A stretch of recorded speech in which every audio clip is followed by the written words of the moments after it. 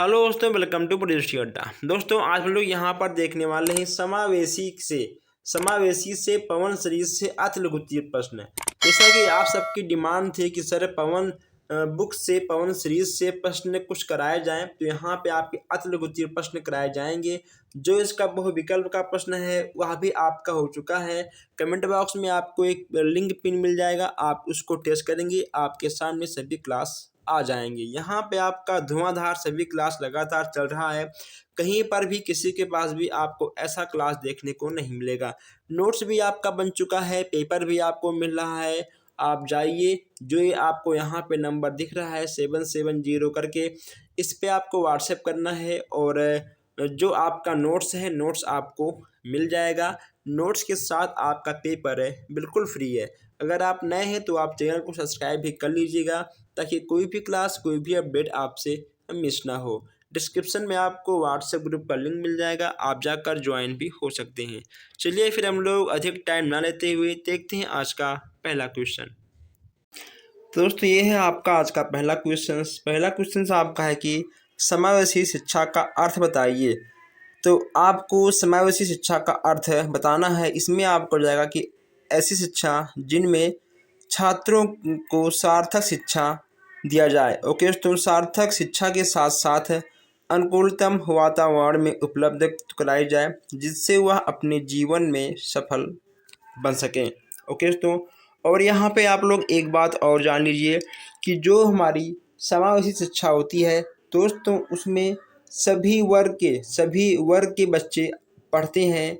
वो लड़की हो लड़का हो दोस्तों, वह किसी भी कास्ट का हो, ठीक है, तो वह किसी भी भाषा का हो, किसी भी समुदाय का हो, जो सभी समुदाय के सभी जाति के बच्चे एक कक्षा में बैठकर पढ़ते हैं, वही हमारी समावेशी शिक्षा कहलाती है। आप ये चीज़ दिमाग में नोट कर लीजिएगा और आप लोग उसको भी लिख सकते हो अगर मान लो आपको ये चीज़ें नहीं याद है तो, ठीक है। आप प्रश्नों को समझते हुए लिखिएगा, ना कि आपको प्रश्न के उत्तर को रट्टा मारना है। आपको समझते हुए चलना है, समझते हुए आपको लिखना है, ठीक है। नेक्स्ट यहाँ पे आपका है कि समावेशी शिक्षा का प्रमुख ध्येय क्या है। शारीरिक रूप से अक्षमता वाले बालकों का पुनर्वन करना, ठीक है दोस्तों। इसमें आपका हो जाएगा जो हमारे बालक किसी भी रूप से शारीरिक रूप से अक्षम होते हैं, उन बालकों का पुनर्वंश करना यही समावेशी शिक्षा के अंतर्गत आता है। और दोस्तों, मैं यहाँ पे आपको बता दूँ कि समावेशी शिक्षा में सभी प्रकार के बालक होते हैं, ठीक है दोस्तों। वह विकलांग हो या फिर सामान्य हो, किसी भी कास्ट के हैं, सभी बालक एक ही कक्षा में पढ़ते हैं, ताकि बच्चों को अलग अलग फील ना हो। नेक्स्ट यहाँ पे आपका है कि समावेशी शिक्षा किस प्रकार के बच्चों पर अपनाई जाती है। इस प्रकार की शिक्षा, देखिए यहाँ पे, इस प्रकार की शिक्षा कार्यशील बच्चों, निम्न जाति, देखा मैं आपसे पहले ही कहा था, निम्न जाति के बच्चों आदि पर अपनाई जाती है। अब यहाँ पे आपका नेक्स्ट आ चुका है कि शैक्षिक समावेशन का क्या अर्थ है। शैक्षिक समावेशन में उन सभी तथ्यों को सम्मिलित किया जाता है जो विशिष्ट बालकों पर लागू होते हैं। नेक्स्ट यहाँ पे आपका है कि समावेशी बालक किस प्रकार के होते हैं। दोस्तों, समावेशी बालक किस प्रकार के होते हैं। वे समावेशी बालक शारीरिक रूप से अक्षम दोस्तों हो सकते हैं, मानसिक रूप से हो सकते हैं, ठीक है दोस्तों। तो समावेशी बालक इसी प्रकार के होते हैं। आप यहाँ पर समझकर लिख सकते हो। आप चाहो तो प्रश्नों का रट्टा मारकर भी याद कर सकते हो, लेकिन दोस्तों हम कभी भी आपसे रट्टा मारने के लिए नहीं कहेंगे, आपको प्रश्नों को समझना होगा। विशिष्ट आवश्यकता वाले बालकों से आप क्या समझते हैं। अब दोस्तों, यहाँ पहले आप समझ लीजिए कि विशिष्ट बालक आपके कौन से होते हैं, ठीक है। अभी आप प्रश्न के उत्तर को मत देखिए, पहले आप सुन लीजिए विशिष्ट बालक आपके कौन होते हैं। देखिए दोस्तों, विशिष्ट बालक दो प्रकार के होते हैं, एक ऊपर से विशिष्ट होते हैं, ठीक है, एक होते हैं नीचे से। अगर मान लो कोई किसी भी बालक का दिमाग बहुत तेज है, ओके दोस्तों, उसका IQ बहुत तेज है, तो वह विशिष्ट के अंतर्गत आएगा।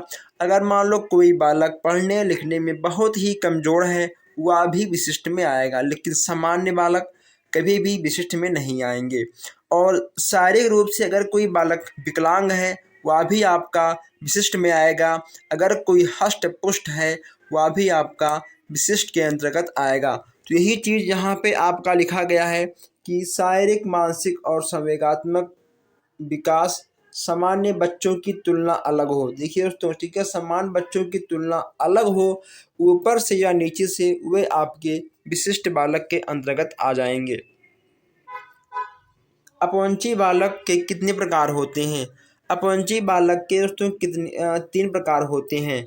अपवंचित बालक के तीन प्रकार होते हैं। कौन कौन से होते हैं? सामाजिक रूप से वंचित बालक, आर्थिक रूप से और शैक्षिक रूप से। आपको इसको तो याद करना ही होगा, कुछ चीज़ें को आपको याद करना होगा, रट के समझ के कैसे भी आपको याद करना होगा दोस्तों। फिलहाल तो आसान है, सामाजिक, आर्थिक, शैक्षिक। ठीक है, सामाजिक, आर्थिक, शैक्षिक, आप ऐसे इसको याद कर सकते हो। पिछड़े बालक से आपका क्या अभिप्राय है? वे छात्र निश्चित समय में निश्चित ज्ञान की प्राप्ति करने में असफल रहते हैं, सामान्य बच्चों के पीछे रहते हैं, उन्हें पिछड़े बालक कहते हैं।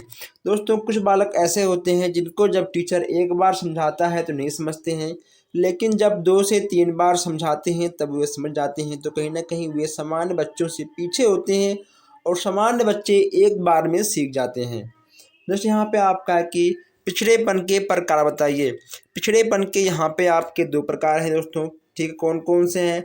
वैश्विक प्रकार और सामूहिक प्रकार। 2 प्रकार के यहाँ पे आपके हो जाएंगे, इसको आपको नोट करना होगा। सामान्य बच्चों की बुद्धि लब्धि कितनी होती है? जब यहाँ सामान्य बच्चों की बात की जाएगी, इसमें आपका हो जाएगा 90 से 110 IQ होता है, वे आपके सामान्य बच्चों के अंतर्गत आएंगे।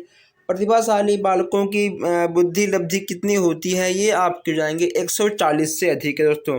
कितने होंगे आपके हो जाएंगे 140 से अधिक IQ के बालक आपके हो जाएंगे। नेक्स्ट यहाँ पे आपका है कि पिछड़े बालक की एक विशेषता बताइए। सीखने की गति उनकी धीमी होती है, वे आपके पिछड़े बालक के अंतर्गत आ जाएंगे। अपवंचन क्या होता है? अपवंचन बाल्य जीवन की उद्दीपन दशाओं की न्यूनता है। ठीक है दोस्तों, दृष्टि बाधित बालकों को कितनी श्रेणियों में बांटा जाता है? दृष्टि बाधित बालकों को 2 भागों में बांटा जाता है। कितने भागों में? 2 भागों में बांटा जाता है। पहला आपका हो जाएगा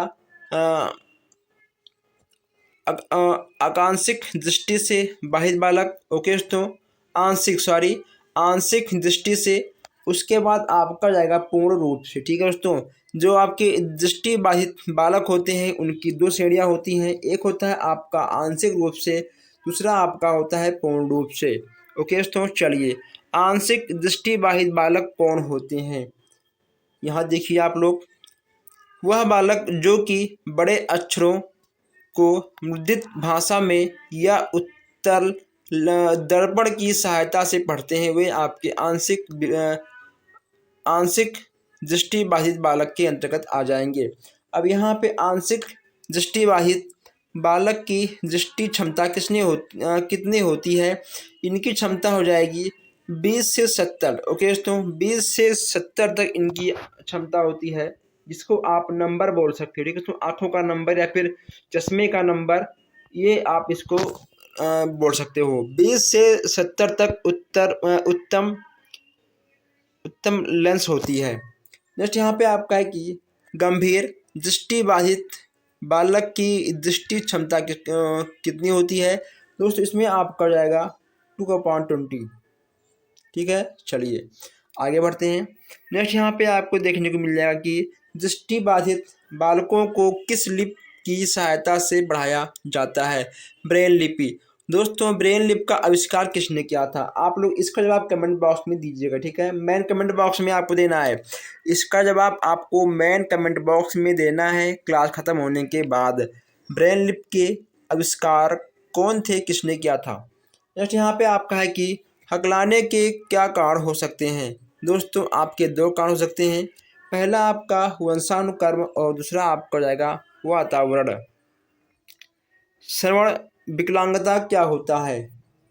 किसी व्यक्ति द्वारा पूरी तरह से आवाज़ सुनने में अक्षम होता है दोस्तों, कहीं ना कहीं उसे श्रवण विकलांगता के अंतर्गत आएगा। श्रवण विकलांगता के कितने प्रकार होते हैं? दोस्तों इनके 5 प्रकार होते हैं। कितने प्रकार होते हैं? इनके 5 प्रकार होते हैं। अब दोस्तों यहाँ पर आपका डेसिबल से भी क्वेश्चंस आ जाएगा। सामान्य श्रवण बाधितों का सुनने का ध्वनि स्तर कितना होता है? इसमें आपका जाएगा 31 से 51 dB, ठीक है। 31 से 51 आपका बिल्कुल सही हो जाएगा।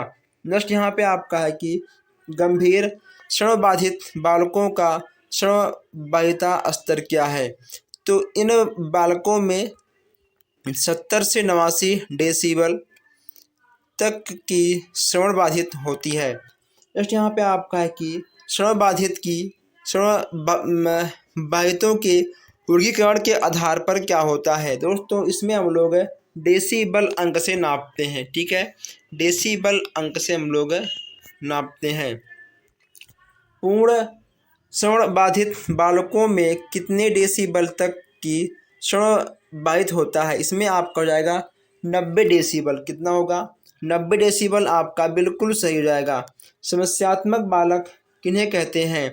समस्यात्मक बालक वे हैं जिनके व्यवहार तथा व्यक्तित्व इस सीमा तक असामान्य होते हैं कि वे घर, विद्यालय तथा समाज में समस्याओं को उत्पन्न करने वाले होते हैं।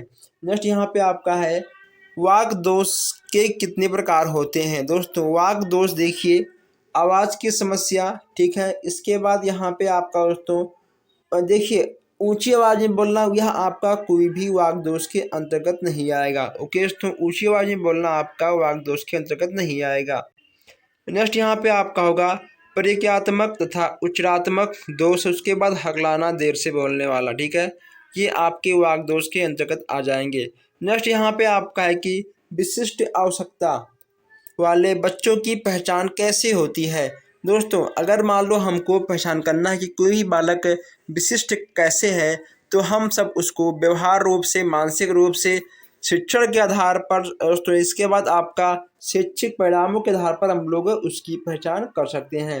नेक्स्ट यहाँ पे आपका है प्रतिभाशाली बालक की पहचान किस तरह कर सकते हैं? अब यहाँ प्रतिभाशाली बालक की पहचान किस तरह कर सकते हैं, यहाँ पर ये कहा गया है। इसमें आपका हो जाएगा उपलब्धि परीक्षण द्वारा, ठीक है दोस्तों, प्रवणता परीक्षण द्वारा और वृद्धि परीक्षण द्वारा, ठीक है। नेक्स्ट यहाँ पे आपका है विशिष्ट आवश्यकता वाले बच्चों को कितने वर्गों में बांटा जा सकता है? उनको दोस्तों हम लोग 4 वर्गों में बांट सकते हैं। किसको? विशिष्ट आवश्यकता वाले बालक को 4 वर्गों में बांट सकते हैं। कौन कौन से होंगे? शैक्षिक, सामाजिक, मानसिक और शारीरिक रूप से, इन 4 वर्गों में बांट सकते हैं। नेक्स्ट यहाँ पे आपका है कि समस्यात्मक बालकों की पहचान कैसे कर सकते हैं? निरीक्षण द्वारा, साक्षात्कार द्वारा, अभिभावकों की बातचीत से। चलिए नेक्स्ट यहाँ पे आपका है मानसमंद बालक कौन से होते हैं? वह बालक जिनकी मानसिक योग्यता औसत से कम होती है मानसमंद बालक कहलाते हैं। नेक्स्ट यहाँ पे आपका है मंद बुद्धि बालकों की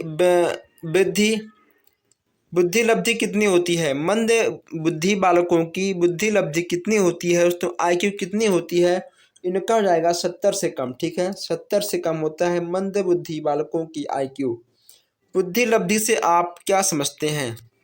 यहाँ देखिए मानसिक आयु तथा वास्तविक आयु के अनुपात में 100 से गुणा करने पर जो अंक प्राप्त होता है वही हमारा बुद्धि लब्धि कहलाता है। अब दोस्तों बुद्धि लब्धि का खोज किसने किया था आप मुझे बताओगे, और इसका यहाँ पे आपको सूत्र भी दिख जाएगा। बुद्धि लब्धि का सूत्र कभी कभी आपसे पूछ लेगा कि मानसिक आयु अपान वास्तविक आयु गुणे 100, ये आपके बुद्धि लब्धि के सूत्र हैं। शैक्षिक रूप से पिछड़े बालक से आप क्या समझते हैं? वह बालक जिनकी शैक्षिक लब्धि 85 से कम है वे आपके शैक्षिक रूप से पिछड़े बालक के अंतर्गत आएंगे।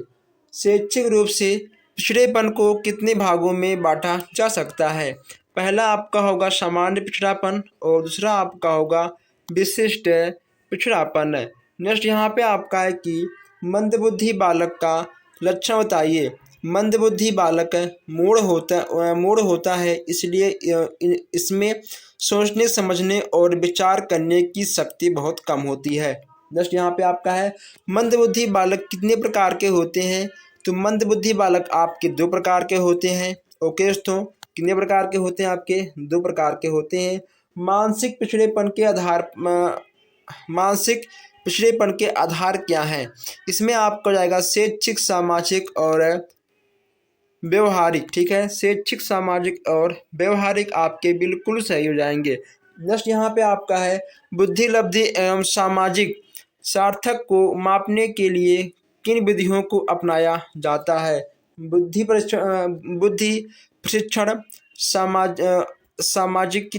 सामाजिकीय तकनीकी, अनुकूलित व्यवहार का मापन, व्यवहार निरीक्षण, व्यक्ति इतिहास विधि और संचय अभिलेख। ठीक है, ये सब आपके जाएंगे। अभिवृत्ति क्या होती है? अभिवृत्ति किसी मनोवैज्ञानिक वस्तु से संबंधित धनात्मक या ऋणात्मक प्रभाव का मात्रक होता है। गणितीय ब्रेन कोड का क्या तात्पर्य है? दृष्टिबाधित छात्रों द्वारा ब्रेन के माध्यम से गणित सीखने के लिए एक कोड का प्रयोग किया जाता है, जिसे गणितीय ब्रेन कोड कहते हैं। नेक्स्ट यहाँ पे आपका है वास्तविक आयु क्या होती है? वास्तविक आयु से तात्पर्य उस आयु से है जो उसकी बुद्धि परीक्षण देते समय होता है। नेक्स्ट यहाँ पे आपका है बुद्धि परीक्षण कितने प्रकार से होते हैं? दोस्तों, बुद्धि परीक्षण आपके 3 प्रकार से होते हैं। ठीक है, व्यक्तिगत होते हैं, सामूहिक होते हैं और क्रियात्मक होते हैं। ब्रेन लिपि क्या होती है? मैं यहाँ पे आपको बता दूँ दोस्तों, ब्रेन लिपि में बस केवल 6 बिंदुओं का प्रयोग किया जाता है और दोस्तों 6 बिंदु से आपके सारे अक्षर बन जाते हैं। ठीक है दोस्तों, आ से लेकर ज्ञ तक आपके 6 बिंदु से सारे अक्षर बन जाते हैं। तो इसलिए देखिए यहाँ पे आपका लिखा गया है कि ब्रेन लिपि उभरे हुए 6 बिंदुओं की ऐसी लिपि है जिससे स्पर्श द्वारा पढ़ा लिखा जाता है। आइए हम लोग आगे बढ़ते हैं। नेक्स्ट यहाँ पे आपका है निर्देशन क्या है? निर्देशन दोस्तों क्या है? निर्देशन एक व्यक्तिगत कार्य है जिसके द्वारा शिक्षार्थी को उसकी समस्याओं का समाधान करने के लिए प्रेरित किया जाता है, वह आपका निर्देशन के अंतर्गत आएगा। नेक्स्ट यहाँ पे आपका है परामर्श से आप क्या समझते हैं? देखिए दोस्तों, परामर्श हम किसी को दे सकते हैं। परामर्श 2 व्यक्तियों के बीच में होता है। परामर्श कभी भी एक व्यक्ति के बीच में नहीं होता है। जब आप किसी समस्याओं में पड़ोगे तो आप हमारे पास आओगे, आप हमसे परामर्श लोगे तो आपकी समस्याएं दूर होंगी। दोस्तों, परामर्श को आप इस प्रकार से भी लिख सकते हो या फिर आप जो यहाँ पर लिखा गया है आप ऐसे भी लिख सकते हो। देखिए दोस्तों, परामर्श को समायोजन की ऐसी प्रक्रिया माना जा सकता है जिसके परामर्श लेने वाले को इस तरह सहायता दी जा सके कि वह पहले से अधिक स्वनिर्देशित एवं स्व उत्तरदायित्व बन सके। अगर मान लो कोई व्यक्ति परेशान है, अगर आपसे परामर्श ले रहा है तो उसे इस प्रकार परामर्श दो ताकि उसकी परेशानियां दूर हो सकें और वह सार्थक हो। ठीक है, चलिए नेक्स्ट यहाँ पे आपका है कि परामर्शदाता कौन होता है? परामर्शदाता वह व्यक्ति होता है जो कि छात्रों को सलाह देते हैं कि कोई भी कार्य किस प्रकार करे। छात्रों को आप ले सकते हो या किसी भी व्यक्ति को आप यहाँ पर ऐड कर सकते हो। परामर्श के रूप बताइए। दोस्तों, जब आप किसी संकट में फंसोगे तभी आप हमसे परामर्श लोगे। जब दोस्तों आपको किसी चीज़ का उपचार चाहिए तभी आप हमसे परामर्श लोगे। जब आपको किसी भी चीज़ का निवारण चाहिए तभी आप हमसे परामर्श लोगे। दोस्तों, एक आपका होता है रचनात्मक परामर्श। ठीक है, तो आपके 4 प्रकार के परामर्श के रूप हो जाते हैं। नेक्स्ट यहाँ पे आपका है कि परामर्श की कौन कौन सी विधियाँ हैं? परामर्श की कौन कौन सी विधियाँ यहाँ पे आपको बताना है। तो परामर्श की आपकी 3 विधियाँ हैं। कितनी विधियाँ हैं? 3 विधियाँ आपकी परामर्श की हो जाएंगी। मार्गदर्शन से आप क्या समझते हैं? उचित राह उचित राह से भटके व्यक्ति को सही मार्ग बताना, दिखाना, समझाना, वही आपका मार्गदर्शन कहलाता है। परामर्श से सहयोग करने वाली किन्हीं दो संस्थाओं का नामोल्लेख कीजिए। मनो मनोविज्ञान शाला उत्तर प्रदेश इलाहाबाद में है। एक आपका है जिला शिक्षण एवं प्रशिक्षण संस्थान, जिसको आप बोलते हो डाइट। ओके दोस्तों, आप डाइट बोलते हो। और एक आपका इलाहाबाद में है मनोविज्ञान प्रयोगशाला। ठीक है, चलिए आगे बढ़ते हैं। नेक्स्ट यहाँ पे आपका है कि जिला चिकित्सालय की विशेषज्ञ समिति का नेतृत्व किसके द्वारा किया जाता है? आपके जाएंगे मुख्य चिकित्सा अधिकारी। उत्तर प्रदेश में मनोविज्ञान शाला कहाँ पर है? इलाहाबाद की, उत्तर प्रदेश के इलाहाबाद में है। मनोविज्ञान शाला की स्थापना कब हुई थी? यह हुआ था आपका 1947 में। ठीक है, मनोविज्ञान शाला का प्रमुख कौन होता है? पदेन निर्देशक होता है। नेक्स्ट यहाँ पे आपका है कि मनोविज्ञान शाला की स्थापना किसने की थी? श्री आचार्य नरेंद्र देव जी ने किया था। ठीक है दोस्तों, आइए आगे बढ़ते हैं। नेक्स्ट यहाँ पे आपको देखने को मिल जाएगा कि मनोविज्ञान शाला का प्रमुख कार्य क्या होता है? बाल तथा शैक्षिक निर्देशन करना।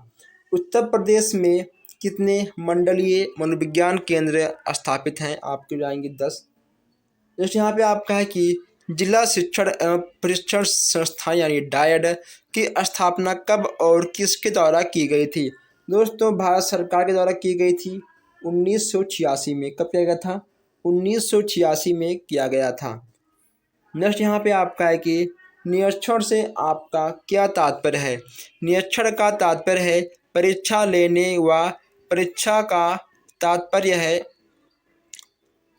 सरलतापूर्वक एवं आलोचनात्मक दृष्टि से जांच करना। पर्यवेक्षण का मुख्य उद्देश्य क्या है? छात्रों के विकास पर विशेष रूप से ध्यान देना। नेक्स्ट यहाँ पे आपका है कि निरीक्षण कितने प्रकार के होते हैं? तो दोस्तों, निरीक्षण आपके 3 प्रकार के होते हैं। ठीक है दोस्तों, संशोधनात्मक, विरोधात्मक और रचनात्मक। ठीक है, ये आपकी 3 प्रकार के होते हैं। निरीक्षण की प्रमुख विधियाँ कौन कौन सी हैं? विद्यालय में जाना, विद्यालय को नवीन आयामों की सूचना देना और प्रदर्शन पाठों का आयोजन। ये आपके 3 प्रकार के हो जाएंगे। नेक्स्ट यहाँ पे आपका है कि कुछ गैर सरकारी संगठनों का नाम बताइए। जैसे कि आपका हो गया CBSE, NCERT, ICRT। ठीक है। नेक्स्ट यहाँ पे आपका है कि प्रतिभाशाली बच्चों की शिक्षा व्यवस्था किस प्रकार की जा सकती है? प्रतिभाशाली बच्चों को अवसर देकर, ओके दोस्तों, समान बच्चों के साथ शिक्षा देकर। ठीक है दोस्तों, चलिए नेक्स्ट यहाँ पे आपका है कि शिक्षण प्रशिक्षणों को प्रशिक्षण अवधि में समावेशन शिक्षा पर आधारित परीक्षण के 2 उद्देश्य बताइए। वे समावेशी बालकों की क्षमताओं, रुचियों एवं समस्याओं पर परिचित हो सकें। वे समावेशी बालकों के प्रति धैर्यवान हो सकें। नेक्स्ट यहाँ पे आपका है कि समावेशी शिक्षा के अंतर्गत किस प्रकार के बच्चे आते हैं? शारीरिक, मानसिक, तो अयोग्यता, भावात्मक, व्यवहारिक, ठीक है दोस्तों, बौद्धिक, हर प्रकार के बच्चे आपके सामाजिक समावेशी शिक्षा के अंतर्गत आएंगे। अब दोस्तों, यहाँ पे आपको समावेशी इसलिए पढ़ाया जा रहा है ताकि जब आप एक भावी अध्यापक बने तो आप बच्चों के हाव भाव को, बच्चों के कमजोरियों को जान सकें और उनको आप लोग दूर भी कर सको। ठीक है, चलिए नेक्स्ट यहाँ पे आपका है कि सामान्य बच्चों में कौन कौन सी मानसिक भिन्नताएं होती हैं? इसमें आपका जाएगा धीमी गति से सीखने वाले, बुद्धि लब्धि का निम्न स्तर, ध्यान केंद्रण की समस्या, सृजन क्षमता की कमी। नेक्स्ट यहाँ पे आपका है कि सामान्य बच्चों की 2 विशेषताएं बताइए। बुद्धि सामान्य होती हैं, वह शारीरिक एवं मानसिक रूप से परिपक्व होती हैं। नेक्स्ट यहाँ पे आपका है पिछड़े बच्चों से आपका क्या अभिप्राय है? जो अपने कार्य में अपने समान साथियों के पीछे रहते हैं। ठीक है दोस्तों, जो सामान्य कार्य में अपने साथियों से पीछे होते हैं वे पिछड़े बालक के अंतर्गत आ जाएंगे। अब दोस्तों यहाँ पूछा गया है कि बच्चों की वास्तविक आयु की गणना से संबंधित सूत्र आपका क्या है। वास्तविक आयु बराबर मानसिक आयु अपान बुद्धि लब्धि गुणे 100 आपका हो जाएगा। आगे बढ़ते हैं। नेक्स्ट यहाँ पे आपका है कि आंशिक रूप से शारीरिक अक्षम बच्चों के सभी प्रकार लिखिए। अब दोस्तों हम कितनी बार आप बताएं, हम इस पर कई बार चर्चा कर चुके हैं दोस्तों, इस पर भी हम लोग बात कर चुके हैं। वाक दोष का अर्थ क्या है दोस्तों? जब बालक अपने भावों विचारों को शब्दों के माध्यम से स्पष्ट रूप से प्रकट नहीं कर पाता है तो इसमें आपका वाक दोष के अंतर्गत आ जाएगा। अस्थि बाधित बच्चों की पहचान से संबंधित लक्षण बताइए। दोस्तों हाँ देखिए, अस्थि का मतलब क्या होता है? हड्डी। ठीक है दोस्तों, यानी हड्डी का टूटना फूटना मुड़ना। ओके दोस्तों, जो हमारे दैनिक जीवन में कार्य होते हैं, अगर कोई भी बालक अपने शरीर से वह दैनिक कार्यों को करने में असफल होता है तो वही हमारी अस्थि बाधित की पहचान बन जाती है। आपको इतना लिखना है, आप इस तरह भी लिख सकते हो, आपकी मर्जी। असुविधा संपन्न समूह के अंतर्गत किस समूह के बच्चे आते हैं? गरीब, अनाथ, श्रमिक आदि के बच्चे आ जाते हैं। आगे बढ़ते हैं। नेक्स्ट यहाँ पे आपका है कि निर्देशन एवं परामर्श किन दृष्टिकोणों से आवश्यक है? तो इसमें आपको जाएगा बालकों के भविष्य का मार्ग प्रदर्शित करने में, बालकों में निर्णय लेने की क्षमता विकसित करने में। आइए आगे बढ़ते हैं। नेक्स्ट यहाँ पे आपका है कि परामर्श से क्या उद्देश्य है दोस्तों? परामर्श पर हम बात कर चुके हैं। ठीक है, जो देखिए दोस्तों, अगर मान लो जो क्वेश्चंस आपका 15 में आया है, ठीक है, वह आपका 16 में आया है, 17 में आया है, तो वही क्वेश्चंस इसमें आपको रिपीट टू रिपीट देखने को मिल जाएंगे। हम उस क्वेश्चंस को रिपीट नहीं करेंगे, ठीक है, क्योंकि हम चाहते हैं कि आपका कम टाइम में आप अधिक से अधिक क्वेश्चंस को टेस्ट कर सको। नेक्स्ट यहाँ पे आपका है कि डीजीपी का पूरा नाम क्या होगा? दोस्तों डीजीपी का पूरा नाम यहाँ पे आपको दिख जाएगा। ओके दोस्तों, अब डीजीपी का पूरा नाम आपसे कहा गया है तो इसमें आपको जाएगा डिजिटल गाइडेंस साइकोलॉजी। ठीक है दोस्तों, पर्यवेक्षण क्यों आवश्यक है? विद्यालय की गतिविधि का मूल्यांकन करने में तथा अध्यापकों की कार्य कुशलता बढ़ाने में पर्यवेक्षण की आवश्यकता हो जाती है।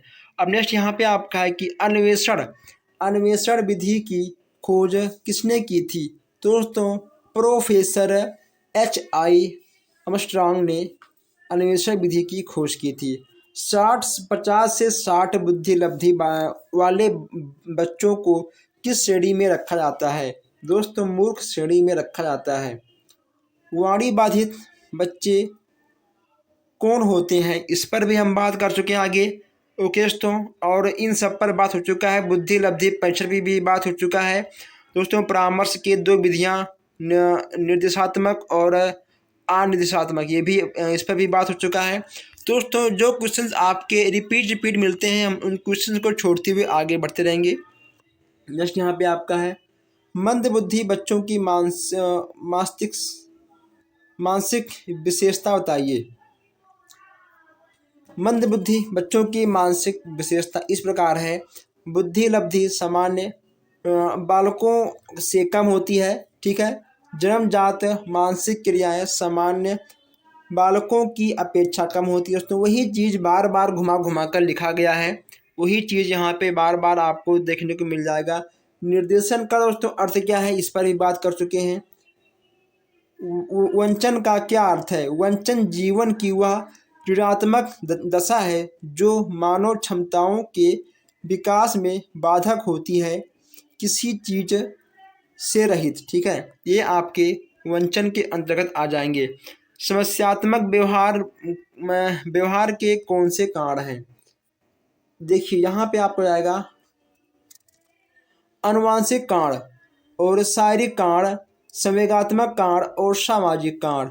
ओके दोस्तों, ये आपके 4 प्रकार के हो जाएंगे। आपको इसको नोट करना होगा, इसको आपको याद भी करना होगा। ठीक है, चलिए सामाजिक निर्देशन से आप क्या समझते हैं? सामाजिक निर्देशन। सामाजिक निर्देशन का अर्थ है सामाजिक परिपक्वता, अच्छी आदतें, ठीक है, तथा पक्षपात को दूर करना और अच्छे मूल्यों को सिखाना, ये आपके सामाजिक निर्देशन के अंतर्गत आ जाएंगे।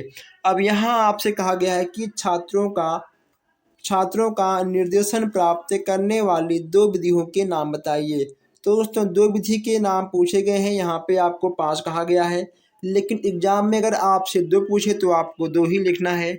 लेकिन दोस्तों अभी तक आप लोगों ने इस क्लास को शेयर नहीं किया है। क्यों दोस्तों, आप लोग क्यों शेयर करते हो? ठीक है, आप लोग एक बार क्लास को शेयर कर दीजिए, वीडियो को लाइक करिए। अगर किसी भी क्वेश्चन में आपको डाउट होता है तो आप बेहिचक कमेंट बॉक्स में पूछ सकते हो। प्रतिभाशाली बच्चे किसे कहते हैं, तो इस पर भी बात हो चुकी है।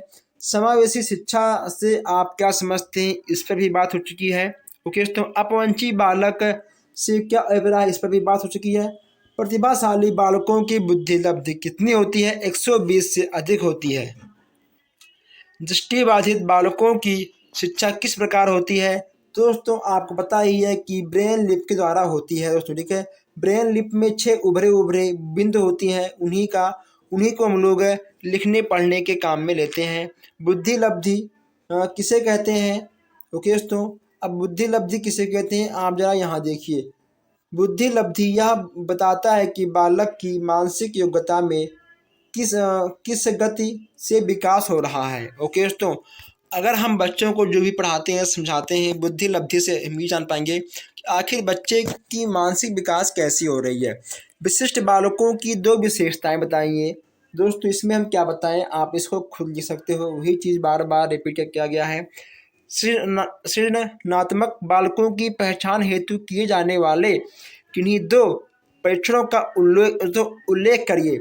ये परीक्षण आपके 3 प्रकार के होते हैं, लेकिन यहाँ आपसे पूछा गया था 2 प्रकार से, आपको 2 लिखना है, लेकिन यहाँ पे देखिए तो 3 होता है। शाब्दिक, अशाब्दिक और शाब्दिक अशाब्दिक, ठीक है। शाब्दिक अशाब्दिक और शाब्दिक अशाब्दिक आपके 3 प्रकार के होते हैं। शैक्षिक पिछड़ेपन के 2 प्रमुख कारण लिखिए। शैक्षिक पिछड़ेपन के 2 प्रमुख कारण आपके जाएंगे, निम्न सामान्य बुद्धि और परिवार का वातावरण, ये आपके 2 हो जाएंगे।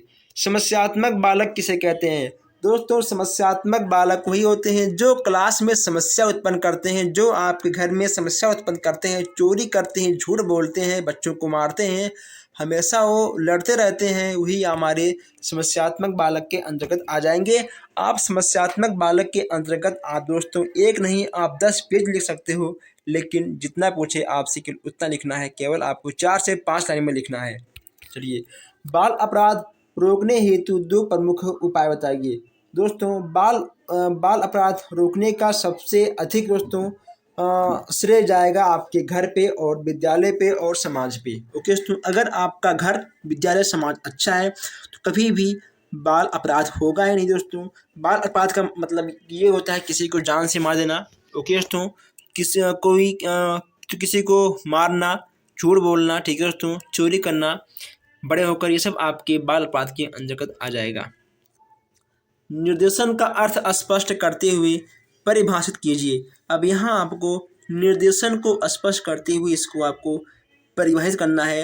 दोस्तों निर्देशन पर हम बात कर चुके हैं आगे, लेकिन यहाँ पर मैं एक बार फिर से आपको समझा दूँ। निर्देशन एक व्यक्तिगत कार्य होता है जिसके द्वारा शिक्षार्थी को उसकी समस्याओं का समाधान करने के लिए प्रेरित किया जाता है दोस्तों, ठीक है। निर्देशन से ही हम उस समस्या का समाधान कर सकते हैं। अब यहाँ आपका प्रश्न आ चुका है कि समावेशी शिक्षा सामान्य शिक्षा से किस प्रकार भिन्न है।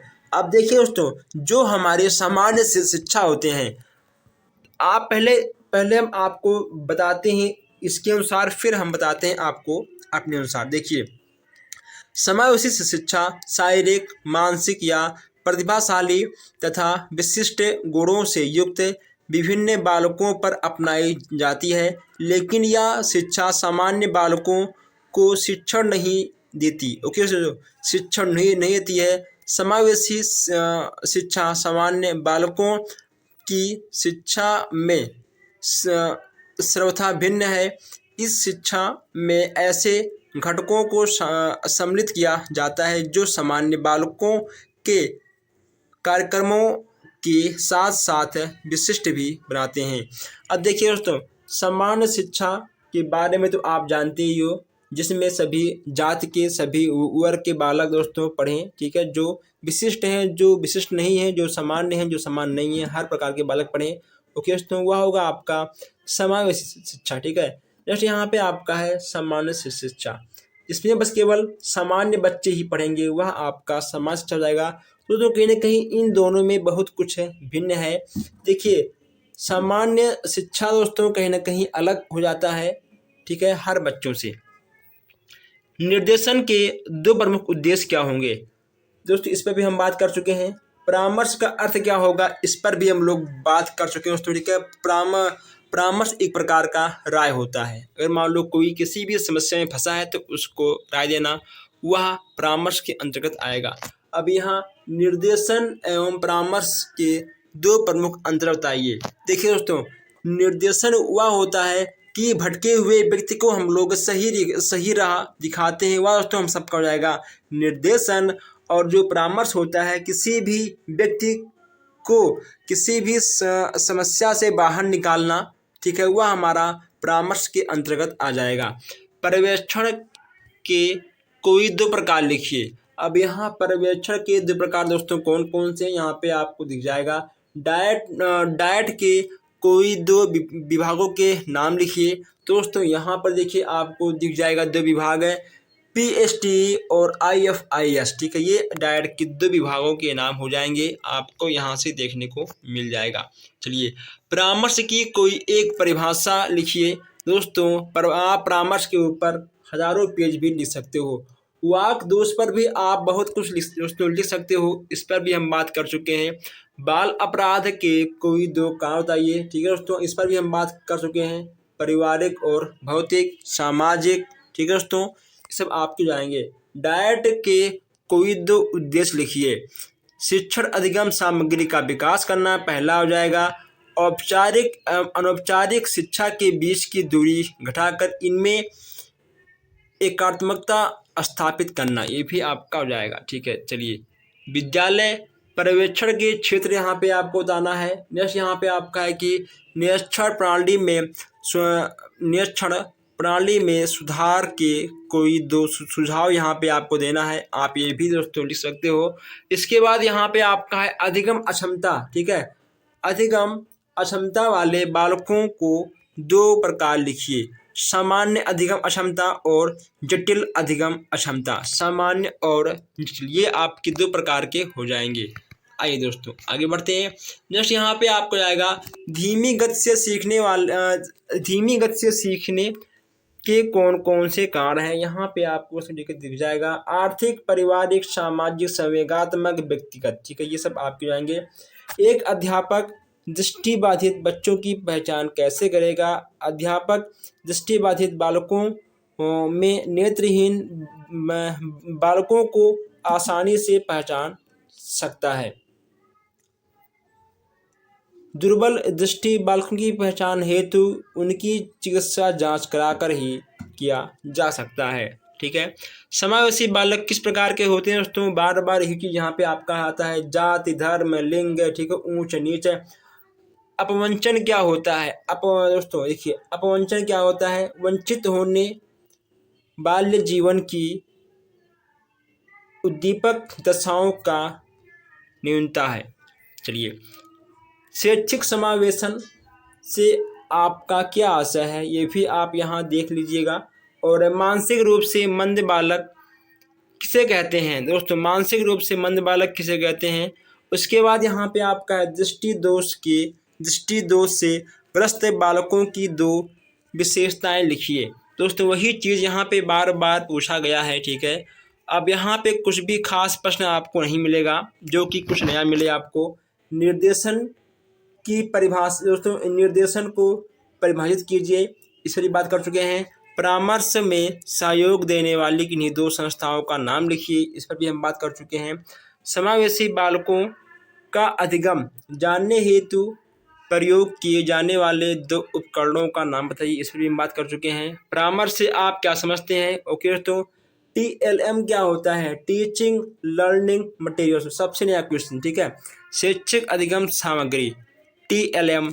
उसके बाद यहाँ पे आपका है कि परामर्श में सहयोग के संबंध में निरीक्षण तंत्र से आपका क्या आशय है? ठीक है दोस्तों, चलिए ऐसे क्वेश्चंस आपको एग्जाम में देखने को मिल जाएंगे। और नेक्स्ट यहाँ पे आपको देखने को मिल जाएगा कि विशेष विद्यालय से आपका क्या आशय है। विशेष विद्यालय की बात दोस्तों यहाँ पे की जा रही है। दोस्तों, विशेष बालकों में आपको ये सब चीज़ें देखने को मिल जाएंगे। आप जिस विद्यालय में पढ़ते हो दोस्तों, वह आपका विशेष विद्यालय नहीं है, ठीक है। मंदबुद्धि बालकों और बुद्धि लब्धि कितनी होती है? 80 से 85 होती है। इस पर भी हम बात कर चुके हैं। सृजनात्मकता के प्रमुख तत्व दोस्तों कौन कौन से हैं? इस पर भी बात कर चुके हैं। परामर्श प्रक्रिया के प्रमुख अंग बताइए, इस पर भी हो चुका है।